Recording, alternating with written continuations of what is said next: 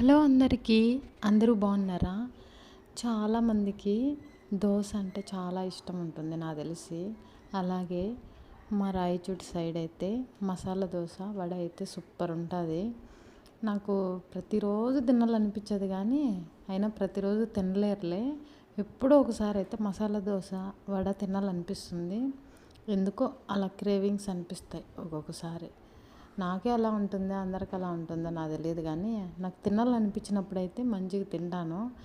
ఇంకా ఒక్కో రోజు అయితే అస్సలు తినబుద్దే పుట్టదు అనమాట. అదేంటో ఎందుకో ఇంట్లో ఆ రోజు దోశ అయినా కానీ నేను బయట దోశ వడ అయితే తెప్పించుకొని తింటున్నాను.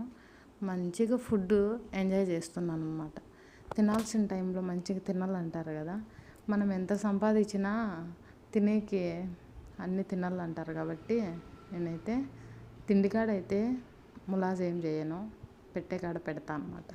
ఓకేనండి. వీడియో నచ్చితే లైక్ చేయండి, షేర్ చేయండి, సబ్స్క్రైబ్ చేసుకోండి.